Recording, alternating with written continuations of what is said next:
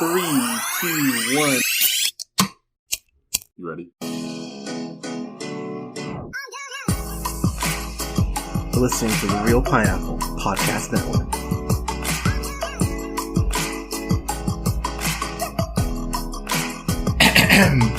Good evening, ladies, gentlemen, theys, and gays. This is the Real Pineapple. This is your humble host, Hunter, here.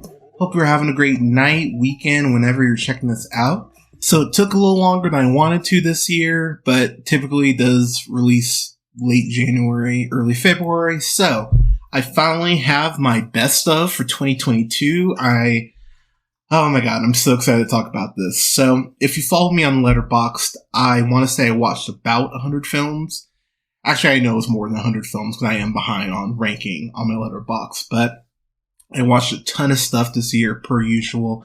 I'm really excited. I'm really excited because I love doing this podcast and I love being able to talk about what I enjoyed this year and hearing how it compares with what y'all like this year. So before I go ahead and get into my top 10 list proper, I do have a couple of films I want to go ahead and throw out as honorable mentions that, I'll be real, and I feel like I say this every year, it feels like until maybe June, maybe in July, August, I'd even say, that the year almost feels slow, and you're kind of sitting there going, what are the Oscar contenders? Not just the Oscar contenders, but what are those movies that are really going to wow me as the year goes on? And there was actually quite a bit of stuff that I enjoyed at the earlier part of 2022 that I just couldn't find a spot for once I went ahead and sat down and did the list. And trust me, I probably did the list probably 30 times. Like, I just kept tweaking and adjusting and tweaking and adjusting. And yeah, it sucks that not everything I love can make the list, but them's are the breaks. So a couple honorable mentions. So the first honorable mention I'm going to throw out is Jeff Fowler's Sonic the Hedgehog 2. I have made no qualms about the fact I am a huge Sonic the Hedgehog fan. I'm a huge nerd for Sonic. I love the lore. I've read quite a few of the comics. I've, of course, played the games. I just think Sonic fucking rules. I have not watched a new Netflix show, and that's probably going to be something I do here in the next week or so. But I absolutely adore this movie. Everything from Eggman becoming more of an asshole, to Idris Elba's Knuckles joining the fray, to us having Tails go ahead and get fleshed out and join the franchise. I just adore so much of how this movie actually cares about the canon and cares about the property that it's invested in and that it's taking part in. I just love the way that this movie knows exactly what it is and doesn't hide from it. If it really is the last performance of Jim Carrey's career, what an awesome role to go out on. He was clearly having a blast. As I mentioned, his Eggman is more sinister. I love what a petty asshole Eggman is. I mean, Eggman's always a petty asshole, but the way that he just hates Sonic's family just makes me truly happy. And seeing Supersonic be a thing was just something I never thought I would get this in live action. And it looks wonderful, and it just warms my fucking heart. And that's before we get to the end credit, which I won't spoil just in case you haven't seen it. Absolutely wonderful. Loved it so much. My partner and I saw it a couple days early at a fan event, and we were just blown away. So absolutely adore it, but I could not find a spot for it in my top 10. The Northman. Fucking love The Northman. I haven't posted my review, I believe, of The Northman yet, but it should be up on the channel soon. Another great film by Robert Eggers, who just fucking knows how to direct shit. I cannot wait for his Nosferatu. I cannot wait to see what that looks like. And if you have not seen The Lighthouse, please watch The Lighthouse. I believe it's still on Prime Video, but one of the coolest final fights I've seen in a movie, at least in the last 5 years.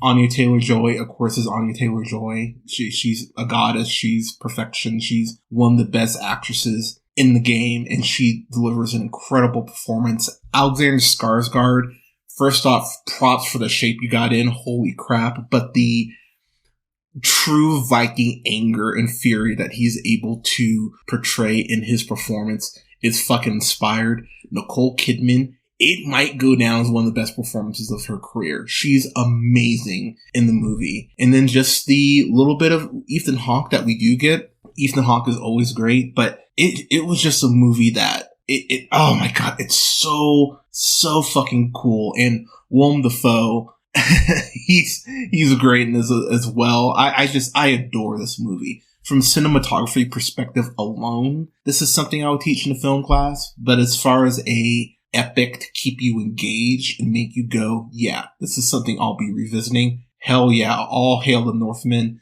Couldn't find a spot for it, but it's on Peacock, I believe, streaming right now. So if you've not seen it, you need to take the time and go see it. It's an absolutely awesome movie. And then I'll throw out a couple more here.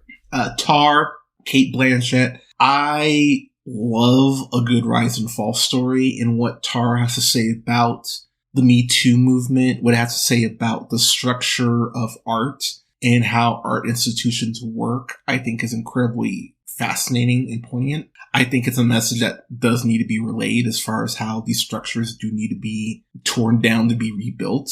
And Cate Blanchett, the way that she plays Tar, the marketing on this movie was such a risk because when you see just a movie that's just a name, it's so often tied with a biopic. And the fact that Tar is not an actual person, but the movie does such a great job at points where you go, wow, is this a real person?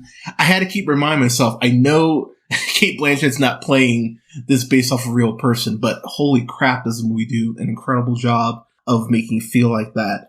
The way that Tar descends into madness as the walls close in on her from her own self-inflicted wounds that she's carried throughout her career. There's this incredible monologue about Bach and how do you separate the art from the artist as far as how you compose and who you're inspired by. And it's incredibly well done scene. And all the times that Blanchett is conducting, you just feel the presence that Cate Blanchett is. And I really do think Cate Blanchett is so great. So often we do sleep on her. I'm really happy she got the a Best Actress nomination because she fucking deserves it for this movie. It's one of my favorite performances of the year, and this would be like my number 12. Like it's right, maybe my number 13. It's so close. It's such a great flick, but I just couldn't find a spot for it. And then I'll throw out two more quick films, and then we'll get to the list proper. Emily the Criminal. I mean, I've talked about my woman crush on Aubrey Plaza. She's a fucking goddess. I have not watched White Lotus yet. I know everyone tells me she's great in that. Shut up. I'll get to it. This is a career-defining performance for Aubrey Plaza because it's one of those things that it's a role that you don't expect her to do, which I think is part of it. And I love the fact that she came out recently and said, I'm an actress. Let me fucking act. And I agree. Let her do whatever the fuck she wants. I think Plaza has... Sorry, let me rewind. I know Plaza has more range than, just being April Ludgate. If you watch something like Legion, you know the layers of an actress that she's able to portray. She's a great comedian, but she can definitely do drama too. I think there's a lot more drama in Parks and Rec than people remember, and the aforementioned Legion, and that's before I even get to Ingrid Goes West, which if you've been listening to the show for years, you know that's one of my favorite movies in the last decade. I fucking love Ingrid Goes West. And her playing Emily here, seeing her descent into really not even the madness, but the reason she's doing everything she's doing, you feel that. It's a very real world relatable thing. The fact that the movie's a lean 90 minutes and gives you this gritty, intense drama, and the way that Plaza carries her role, I just adored her in this movie. And I mean, I don't think you need a sequel to it, but they could do one if they wanted, honestly. But I adore this movie. And there's a scene involving a taser. That scene in particular is just one of my favorite white knuckle moments all year. And I was, oh my God, I love the movie. It's on Netflix right now. Please watch it if you have not watched it. It's well worth your time. And then the last movie I will throw out here is I Love My Dad, which stars Patton Oswalt and James Morosini, who also wrote and directed it, and I believe is a producer on it. So you've probably heard of the movie by now, but basically Patton Oswalt plays this dad who is he's aloof, and he's a shitty parent. He only wants to be around his son when it's convenient for him. and basically his son, rightfully so, decides to cut him off and not give him the time of day and try to move on with his life. And so Patton Oswalt's dad goes ahead and creates this fake Facebook profile, there we go, based on someone that he actually met at a diner, his waitress, and goes ahead and starts talking to his son. It's very similar to one of those French comedies where you're in such a bad situation. It's kind of like Shiva Baby. It's kind of like that, where you feel the walls are closing in because of the situation that the main characters put themselves in. And it can only end one way. And just to watch the awkward situations that this catfishing has done is insane. It is a movie that I know will be too cringe for a lot of people. I know a lot of people just will not want to even think about the fact this movie exists. It's on Hulu. You can stream it. It's 90 minutes. Lil Rel shows up too, and he has a great role. But oh my god, the movie is so beautifully cringe. And if you can handle it, watch it. It's so fucking good. Yeah, those are some honorable mentions. So, all right, let me pop a beer here. I'm not going to tell you which one because we're not paying me yet, but let's get into the list proper. So, cheers, everybody. All right, so my number 10, I'm being a cheat. I have a tie. It was hard enough to make my list only 10 films.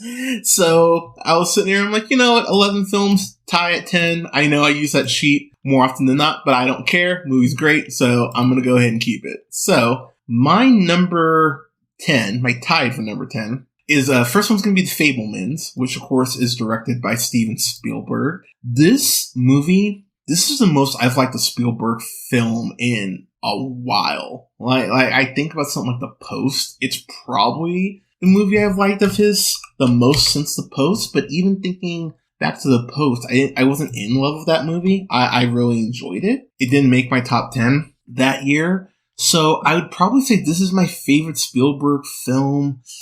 God damn, maybe since Tintin. Like, it might have been that long. I love this movie. You know what?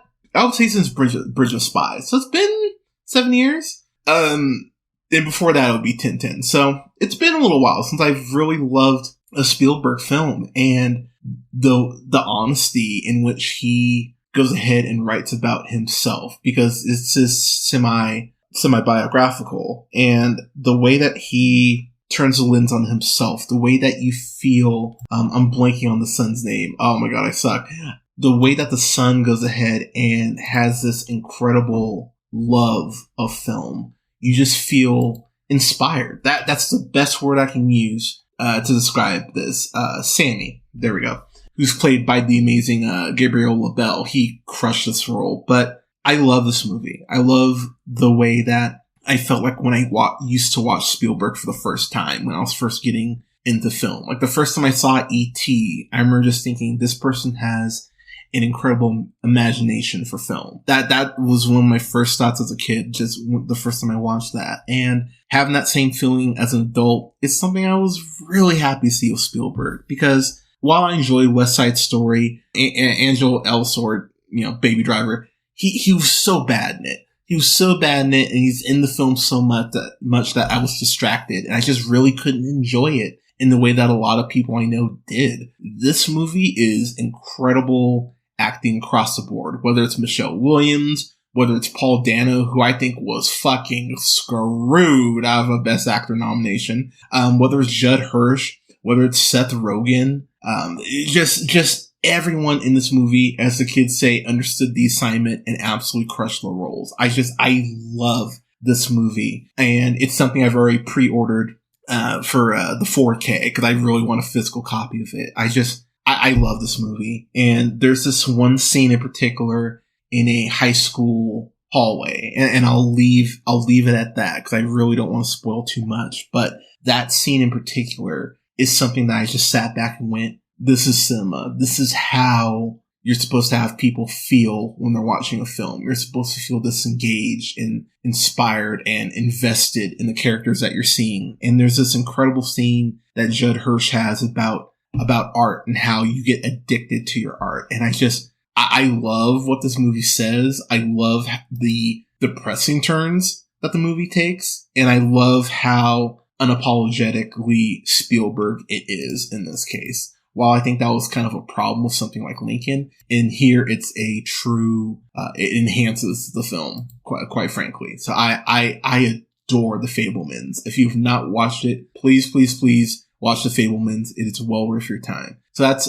tied for my number 10. All right, the other film tied for my number 10 is going to be Pearl, An Extraordinary Origin Story, which of course stars the amazing Mia Goth, who, my God, that woman is so fine, but she fucking terrifies me. You know her from A Cure for Wellness, and then playing Maxine in X. Pearl, of course, in X. And seeing the origin story of Pearl here, I won't get too much in spoilers, but to see the range Mia Goth has is just inspired. Whether it's her committing this insane murder at a point in the film that I won't spoil, or it's her getting attached to this guy that she in no way should be attached to. Seeing Pearl just break down and have these true aspirations of being not a nobody. She needs to be known by the world. To see how her mental breakdown occurs when she can't become what she believes she should be. It's such a fascinating character study, and the score is epic. T.I. West does an incredible job here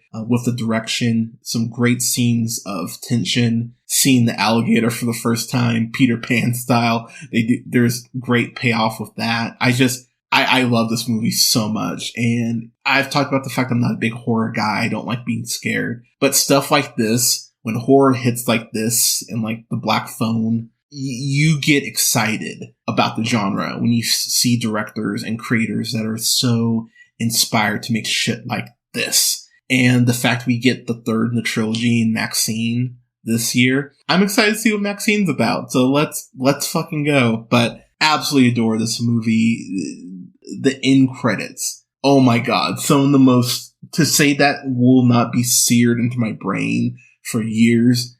I would be lying to you if I told you that I haven't thought about how the movie ends and just my brain is melted. It's, oh my God, Pearl kicks so much ass, and I don't own it yet, and I should buy it. I might buy it after this recording, but Pearl's absolutely amazing. So that's the other film tied for my number 10. All right, moving on to my number 9. My number 9 film is a film that I am so happy was put on my radar. It's a movie that everyone needs to watch. It is on HBO Max. It stars the incredible Colin Farrell and Brendan Gleeson. It's The Banshees of Inisherin. And to think about a movie like this being such a dark comedy, and that's exactly what it is. It's a dark comedy / dramedy. But the way that Colin Farrell and Brendan Gleeson play off each other, there's a reason they're both nominated for Oscars, and both well fucking deserved, by the way. Colin Farrell, man.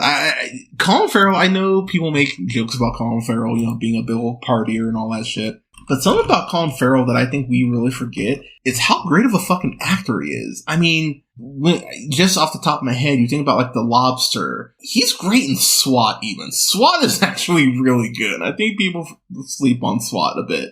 Even like him in The Gentleman, he's really the only good thing about fucking Dumbo, which is kind of nuts as well. But, Widows, Roman J. Israel Esquire, the Beguiled, oh my God, True Detective. The motherfucker is talented. And I haven't even mentioned After Yang, which came out this past year. And he was great in that as well. But seeing him and Brendan Gleeson's relationship just break down in the way it does, and the extremes that Gleeson goes to, it's such an intense movie, but I was laughing the whole time. I was so happy, and I love how the whole cast, including someone in Carrie Condon, who I think is amazing in the movie. She damn near steals the movie at points. I loved her in this movie, and the way that her arc wraps up is something that I really did love. And as I mentioned, the extremes, but this movie just ends on a note that I went, fuck, okay. The thing is, the movie always keeps you guessing, and that's something that I that I really, really enjoyed about the movie. Is it dark? Fuck yeah, it's dark. If you don't like things that are unpleasant, this will probably not be a movie for you. Whether it's the score, whether it's the cinematography, because oh my god, the cinematography is just beautiful in this movie. I adore this. And I was so happy that people recognized this and went ahead and gave it multiple Oscar nominations because it deserves it. I didn't even mention yet, but Martin McDowell is the one who went ahead and wrote and directed this. You know him from In Burgess, which also has Colin Farrell in it, which was also really great. Seven Psychopaths, which I actually liked. Not great, but I liked it. But he also wrote 3 Billboards Outside Ebbing, Missouri, which if you've listened to the podcast, you know how much I love that fucking movie. And he went ahead and wrote and directed this. So yeah, he's kind of on a roll. If Colin Farrell wins for Best Actor while Brendan Fraser is my pick for The Whale, I wouldn't be mad. I'd be really happy for Colin Farrell because he deserves the recognition, and honestly, he kind of deserves to win more than anyone that's currently nominated for Best Actor. So absolutely adore this movie. Please watch it if you haven't yet. As I mentioned, it is on HBO Max, but it's well worth your time. Please watch it. Banshees of Inisherin, my number 9. Alright, moving on to number 8. It's a movie that I think most of you are pretty aware of. It stars one of my favorite actresses working right now and has the emergence of another actress who I'm so happy she's getting her due. My number 8 is going to be Everything Everywhere All at Once. I did go back and rewatch this before I did my list because admittedly, I've been watching a good amount of stuff, so I want to make sure I didn't have my recency bias. And there are just some things that I did enjoy more, but this is easily one of the top 10 best films of the year. If this is your number 1, I am not mad at you. Michelle Yeoh is really starting to finally get her credit, and she should win. Let me say that again. She should win Best Actress, but she's absolutely incredible in this incredibly insane multiversal mindfuck of a movie. I haven't watched this High yet, but I look forward to watching this High because this movie is such a mindfuck. I'm so happy for Michelle Yeoh that she, as I mentioned, that she's getting her props, but we have to talk about Ke Huy Quan, who, of course, Short Round from Temple of Doom. I'm so happy for him, especially this long, incredible journey that he's had to get back into Hollywood. And I'm so happy that the Daniels took a chance on him because him playing Waymond, he nails the role. And the chemistry that him and Michelle Yeoh have really is just inspired, heartbreaking, tragic, beautiful. And it literally transcends time. I love the way that their relationship evolves and devolves. And I adore their partnership and how honest the film is about relationships as the film goes on. Jamie Lee Curtis, of course, we talk about Jamie Lee Curtis quite a bit. I adore her, and I'm so happy that she got a Best Supporting Actress nomination, along with arguably the standout of the movie in Stephanie Sue, who plays Joy, the daughter. And I love what the movie ends up being about. I love the core message of the film between Joy and Evelyn, and the way that Stephanie plays Joy in this, the anger, the very justifiable anger she has given her situation, and how Joy ends up tying to the larger arc of what the film is about.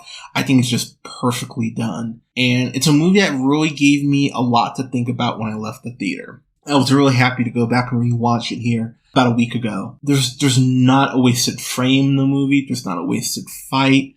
The score is amazing. I mean, the cinematography, Jesus Christ. The visual effects. That is a movie that just works like a fine watch. Everything is on time. Everything is in rhythm. And by the time I got out of the theater and when I got and finished watching it here at home, it really didn't feel like 2 hours had passed. It just zooms by. And I just love the movie. I truly love the movie. And I'm so happy that Hollywood took a chance on something like this because it means that we'll potentially get more things like this. And yeah, I'm so happy for Michelle Yeoh because, as I mentioned, I think this will go ahead and lead to her first Oscar win, which if it does, damn well deserved. So That is my number 8 in Everything Everywhere All at Once. All right, my number 7 is a movie that I was terrified to see, a movie that I went, oh please, for the love of God, don't have them fuck this up. A movie that I was sad about going into the theater. I'm really happy I had my partner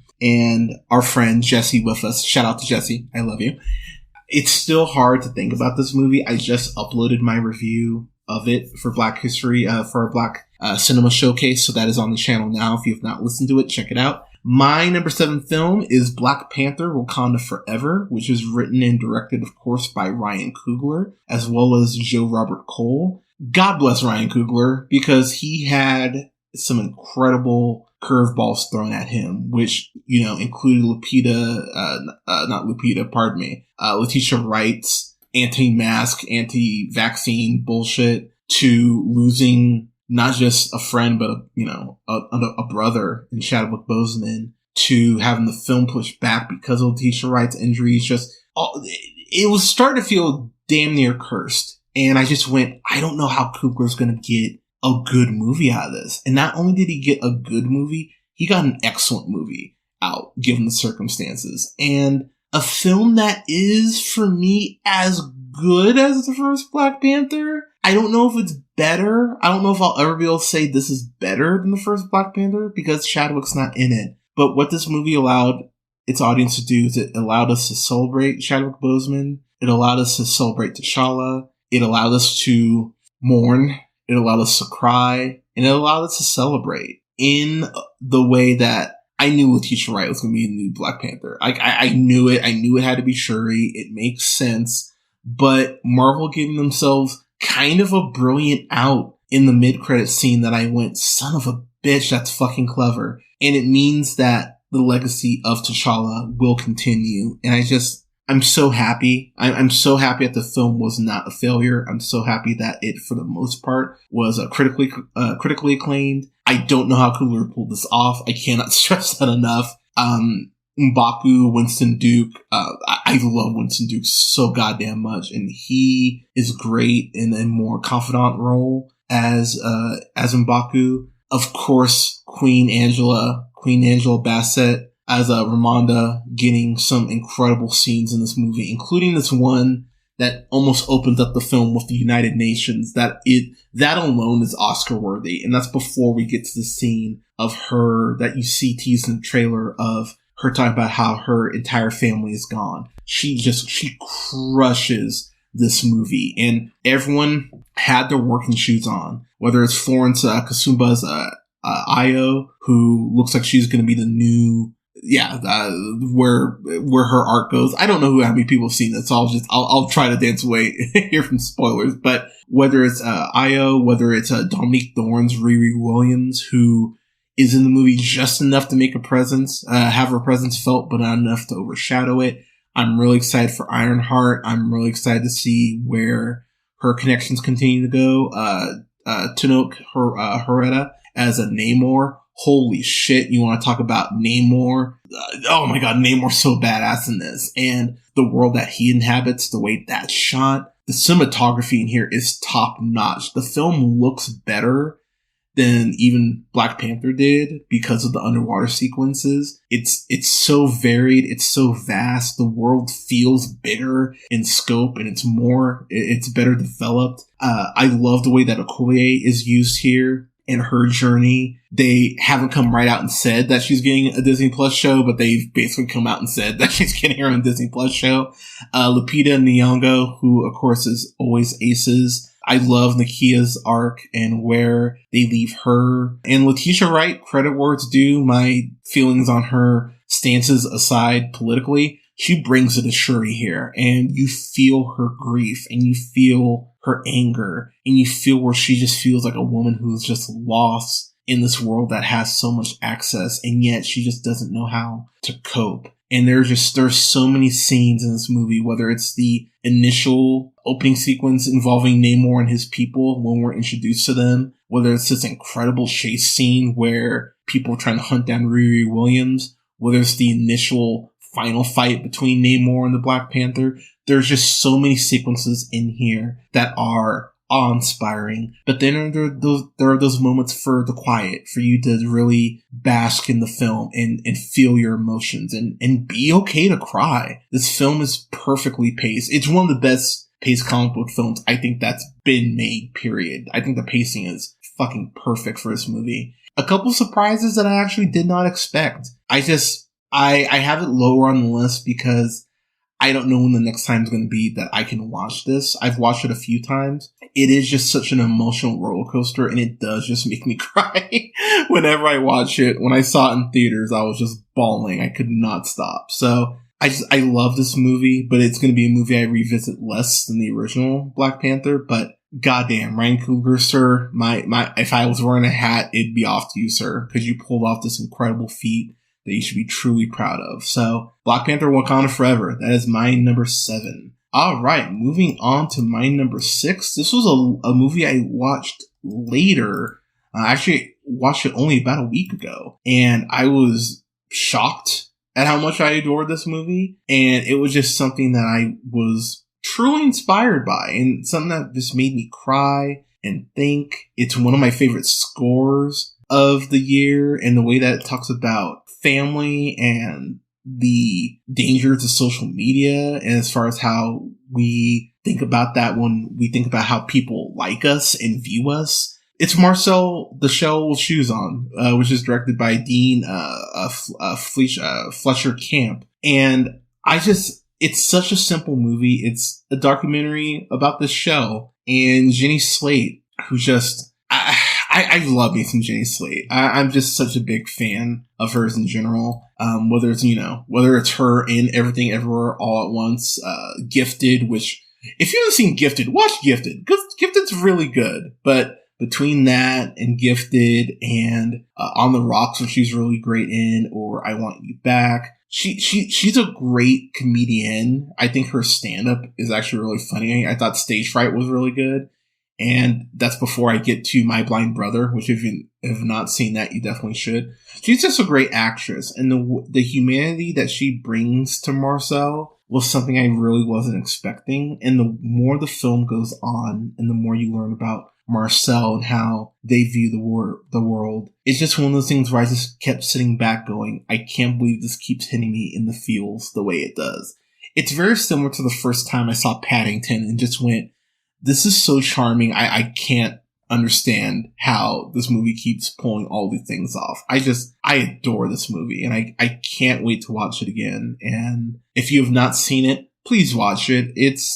I don't think it's streaming anywhere, but seriously, watch it. It's well worth your time, and it's something that everyone needs to watch. And it's something you can watch with your kids too. I think if you watch this with your kids, it would make for a very interesting discussion afterwards. So please watch this movie. Check it out. It's great. Marcel the Shell with Shoes On. That is my number 6. Absolutely adore the movie. All right, moving on to my number 5. So I have watched this movie probably start to finish 3 times, about the same amount of times I've watched Wakanda Forever. It's a movie that makes me cry because I think it's so brilliant. It's one of my favorite scores I've heard in the last 5 years. It is, and I'm gonna take a sip of my beer before I say this. Give me a second here. It's good. It is the best live action Batman performance ever. My number 5 film is The Batman, directed by that brilliant son of a bitch, Matt Reeves. I love this movie. It makes Gotham feel like the shitty place that Gotham should feel like. Batman feels like a year 2 Batman in the exact way I wanted him to feel. Robert Pattinson hits this new gear, this very emo Bruce Wayne that works so well for the world that Matt Reeves has established. Paul Dano with another Oscar-worthy performance as the Riddler, a horrifying version of the Riddler. Zoe Kravitz, yes, she's super hot. Oh my god, she's so fine. Oh my god. Her version, her take on Selena Kyle is the best live action version of Selena Kyle. All due respect to Michelle Pfeiffer. But this is the best fleshed out Selena. This is the most dangerous feeling Selena. This is the most desperate Selena Kyle. And this is not even her at peak Catwoman prime yet. So I'm so excited to see how she continues to get developed. I love the way they established the mob aspects of Gotham here with Falcone, who, I mean, I'm not always the biggest fan of his, but John Turturro, there we go.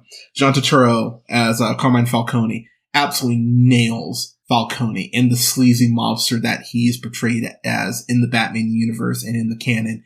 Andy Serkis, you don't get a ton of scenes of him as Alfred Pennyworth, but I can't wait to see how he's developed more in the sequels. We don't have to wait long, just a couple years, but he's a great Alfred for the bits we get of him. And another great Colin Farrell performance as Oswald Cobblepot. I can't wait to see how his Penguin evolves, especially with the HBO Max show coming up. And then real quick, Jeffrey Wright as Commissioner Gordon. He might be my favorite Commissioner Gordon when it's all said and done. I love the back and forth that Pattinson and Wright have, and the way that I feel like that Gordon-Batman relationship should be established, especially early on. Some of the stunt work is fucking eye-popping. It's phenomenal. Whether it's that car chase scene with that Batmobile, that new Batmobile kicks so much ass. That chase scene with Penguin, whether it's the initial opening sequence where we see the Riddler's first kill, whether it's the final act where Batman is taking on those people. Everything about this movie kicks so much ass, and it's 3 hours long. I don't care. It could be 4 hours long, and I would still go, give me more. Love the Batman. Cannot wait for the Batman Part 2. Matt Reeves, you're a brilliant son of a bitch, and thank you for giving us, let me say it again, the best Batman film ever made in live action. I still don't like it as much as Mask of the Phantasm, I think only Mask of the Phantasm is the only Batman film I might like more. Maybe Revenge of the Joker, but I'd have to kind of rewatch that. But Mask of the Phantasm is still the top tier for me for Batman films, but this is the best live action Batman film that's ever been made. The Batman, my number 5. Again, Matt Reeves, you brilliant bastard. Alright, moving on to my number 4. This is a movie that I think a lot of people have missed. A lot of people haven't checked out. So I'm telling you, you need to rent this movie or buy this movie. You need to watch this movie. I'm telling you right now, it is not a movie that you need to be on your phone on. It's a movie you need to pay full attention to. It's a movie that will truly, I believe, change your worldview and just really make you think about life in general. This is very similar to me in the vein of something like 9 Days. Actually, this would be a great double feature with 9 Days now that I say it out loud. My number 4 favorite film of 2022, my number 4 favorite film of the year is Aftersun, which is directed by a newcomer, which I was fucking shocked to read that. A newcomer in Charlotte Wells, who is the writer and director on this. And I just gotta say, I think her name is Frankie Corio, who plays Sophie. Yes, that is, she plays the daughter in the movie. She deserved a Best Actress nomination over Ana de Armas. Like, how she got one over this girl is fucking criminal. Because Frankie Corio, her performance in here, I know I always go back to this example, but when I saw Haley Steinfeld in True Grit, you realize you saw something special. When you see the kid in The Fabelmans, you realize you're seeing something special. When you're seeing the young actors in something like Armageddon Time, you realize you're seeing someone who could really be a major player for years to come. Frankie Corio is special, and I cannot wait to see what that little girl does, because the way that she plays off of Paul Mescal, who plays her dad in the movie, who plays Colin, their relationship is so heartbreaking and beautiful, and the way that Wells uses this footage, this mini DV footage, it's so fascinating to think about how we perceive things and how we remember things and how our brain fills in the gaps for things that we don't know. And it's such an incredible message on being a parent and how, sometimes you just need to be just straight up with your kids, and the way that us as adults process traumatic events and how we process memories and what life is really about and relationships. And the movie just has So many poignant moments, including this one moment at karaoke that, when you consider the song that's being sung, is so heartbreaking in the moment. And the way this movie ends had me in tears. I had to actually rewind the last 10 minutes or so just to kind of put the exclamation point on my viewing. This is a movie that I understand that some people are going to be really bummed watching this. But as I've said on the podcast hundreds of times, just because a movie makes you sad does not take away from its greatness. And this is a great fucking movie. This is a movie everyone needs to see. I can't wait to see what Charlotte Wells does next. The fact this is her first big debut is insane to me. I can't understand how someone can be this great of a director right out the gate. But yes, Charlotte Wells, whatever you're making next, I am there. Opening day, opening night. I cannot wait to see what she does next. After Sun is a fucking classic, and it's a movie that cannot be ignored. It is my number 4 film of the year. So, alright, we are now into the top 3, and this is where I will be the first to admit, it just gets hard. It's hard to just, it's hard to break everything down. You don't know. So, I'm gonna go ahead and get into my number 3 favorite film. I can't believe, honestly, how great this movie is. And the fact that this movie is so pretentious in all the right ways. I adore this movie. My number 3 is Mark Millad's The Menu, which of course stars Ralph Fiennes, Anya Taylor-Joy, and Nicholas Hoult. This movie is so insane to me, and the more it went on, the more I just felt like it's a fever dream, and I mean that's a compliment. I adore this movie. Ralph Fiennes he's the most sinister he's been. Oh god. Like, I know Voldemort's scary. He's terrifying this shit, and he's not even doing any magic. It's just his performance and the level of respect that he demands as the chef.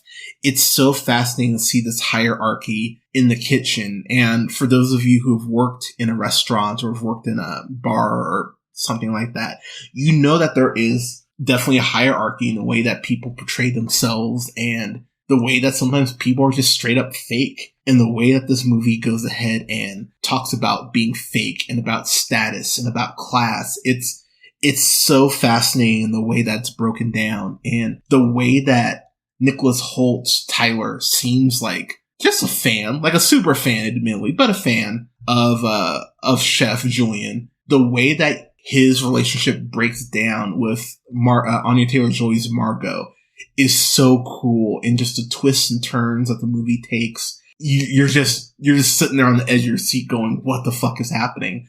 The cinematography is beautiful. The art direction, mwah. Do not watch this on an empty stomach. This is very similar to when I saw Chef, and I just kept thinking, I don't know. Like, I don't know if I like this. Like, I don't know if I like how good this food looks. Again, the twists that are given to you as the film goes on, it's so fucking cool. I love this movie. Love it, love it, love it. So that is also streaming on HBO Max. If you have not seen it, you need to. It is just, it's wonderful. It's an absolutely epic movie. So that is my number 3 film in The Menu. So moving on to my number 2. This is a character that I love. I cannot believe that we got a sequel to their initial flick I want to say it's about 13 years later. I can't believe that we got this, but I'm so happy we got this. It's Joel Crawford who went ahead and directed it, who also directed Crude's New Age and is directing the upcoming Kung Fu Panda 4. My number 2 favorite film of the year is Puss in Boots: The Last Wish. Nope, I am not bullshitting. Yes, the movie kicks this much ass.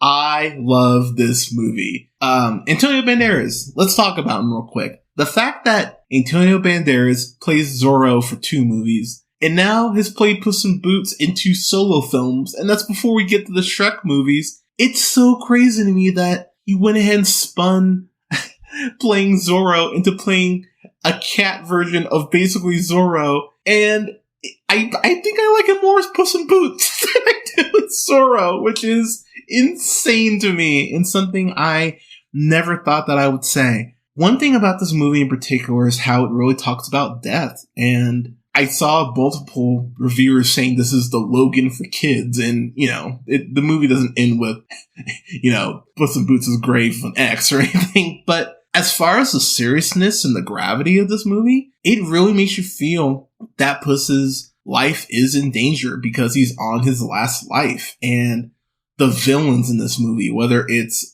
Goldilocks and the Three Bears, whether it's John Mulaney's wonderfully voiced Jack Horner. The fact is, though, the main villain in this movie being the wolf, and I'll leave it at that. The way that the wolf is shown and the way that the wolf attacks Puss and the way that Puss really does have a panic attack whenever this wolf is around, it really adds to the gravity and the weight of the seriousness of what's going on. And I got a screener for this. I was very happy to get a screener for this. I watched a screener once with my partner for the first time that I watched it. And then I watched this, probably 4 more times before the screener expired. Like, I love this movie. It takes that Spider-Verse animation style. The fights in this kick so much ass. There's this really cool scene where Puss fights this garden monster. That's the best way I can describe it. But that scene in particular is so fucking awesome, including the last big fight that we get in this movie is really well done. There's this dog in the movie that is on the journey with Puss in Boots and Kitty Softpaws. That's voiced by Harvey Guillen is what I'm gonna go with. Perito, that's right. Perito's origin story, first off, is fucking tragic, but it's played as a joke, so it's like a great awkward laugh. But the way that Perito kind of dropped some knowledge on Puss later on in the film, I went, okay, this dog is actually really smart. And Salma Hayek's Kitty Softpaws back again. Her and Antonio Banderas just have the best chemistry. So it was no shock to see them knock it out of the park here as well. But this is a movie that I'm sad I didn't see this in 3D. I'm happy I got to watch this at home. But I really kind of was like, fuck, I should have seen this in IMAX 3D. I love this movie. This is something I'll be buying on 4K as soon as I can. I'm so happy this movie exists. This is a movie that if you're a kid, you'll love. You will love this movie if you're a kid. But even as an adult watching this, I just went, I can't believe this movie is so fucking amazing. And it has a great seriousness to it. It knows exactly what it is. The mid-credit is very intriguing, I will say. And yeah, give me more Puss in Boots. This movie rules. I fucking adore this movie. So, Puss in Boots, Last Wish, that is my number 2. So, alright, gonna go ahead and recap here real quick. Everything that I currently have ranked. So, alright, let's count them back. So, my tied for my number 10 is Pearl and the Fablemans. My number 9 is The Banshees of Inisherin. My number 8 is Everything Everywhere All at Once. Number 7, Black Panther Wakanda Forever. Number 5, Marcel, The Shell with the Shoes On. Or that's my number 6, pardon me. Number 6 is Marcel, The Shell with Shoes On. My number 5 is The Batman. My number 4 is Aftersun. My number 3 is The Menu. My number 2 is Puss in Boots: The Last Wish.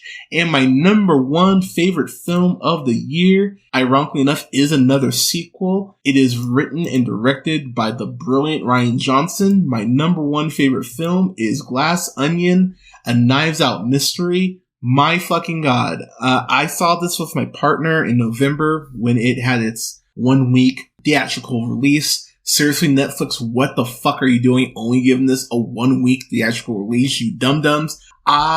This is a perfect mystery for me. There's nothing about this movie I would change. There's nothing about this movie that should be changed. It is perfection, start to finish. Let's start at the top. Daniel Craig's Benoit Blanc. He is an incredible detective. I love the fact that he uses his skills in the way that he does. It's very articulate. It's very precise. The way he breaks down a certain mystery near the beginning of the film is so fucking well done. The way that they actually work COVID into this world is actually really refreshing, and it gives you that feeling of being in lockdown. So you do feel like the walls are closing in as the mystery intensifies. Janelle Monáe, I know she's been in some, great stuff like Hidden Figures and Moonlight. This really is her coming out party. She's incredible in this movie, and she's hanging in there with some of the best actors in the game, whether that's Kate Hudson, whether that's Catherine Hahn, whether that's Dave Bautista, whether that's Edward Norton. Everyone in this movie crushes their roles. Leslie Odom Jr., who I didn't mention. I cannot believe how great this movie is. It genuinely is perfect. Whether it's the cinematography, whether it's the twists that go ahead and present themselves more and more as the film goes along, whether it's where this movie ends up, whether it's the score, whether it's the cinematography, whether it's Benoit Blanc's amazing fashion in this movie. His fashion is incredible in this movie. I need every Benoit Blanc outfit that he has. I adore this movie. There's really nothing else about the movie I can say that hasn't been said by pretty much everyone. It's on Netflix right now. You can stream it. If you have not watched this, seriously, pause this, go watch it. Glass Onion, A Knives Out Mystery is my favorite film of 2022. It is a perfect movie. God, I might go watch it now, actually, since I'm done. But that's it, y'all. That is it. That is my best of my favorite films of 2022. What are your favorite films of 2022? Let us know in the comments. You can follow yours truly on the Twitter at JHunterRealPineapple. You can subscribe to the podcast wherever you listen to podcasts: SoundCloud, Apple, Google Podcasts, Podbean, Stitcher, iHeartRadio, Spotify, Amazon Music, TuneUp, and Samsung Podcasts, to name a few, at The Real Pineapple. My link tree is on my Twitter and all my socials, so you can follow all of us. You can follow us everywhere. Like our page is on Facebook at The Real Pineapple and Real Pineapple Games. Follow me on Twitch at twitch.tv/JHunterRealPineapple. Follow me on TikTok at Black Shazam. You can follow me on Letterboxd at Black Shazam. You can follow me on Instagram at JHunterRealPineapple. And yeah, everyone, thank you so much for your support. It's another year, another year for the podcast. I'm excited for 2023. We're going to have reviews up here soon for Ant-Man and the Wasp: Quantumania. We're going to have reviews up for Shaft, Malcolm X, Watchmen, the HBO series, Honk for Jesus, Save Your Soul, The Inspection. All those will be for the Black Cinema Showcase. I can't wait to get those up for y'all. But everyone, thank you so much for listening. Thank you so much for your support. Stay safe out there. Take care of each other. Oh, and the worst of 2022 will be up by the time you listen to this. But thanks again, everyone. Stay safe out there. We'll talk to you soon.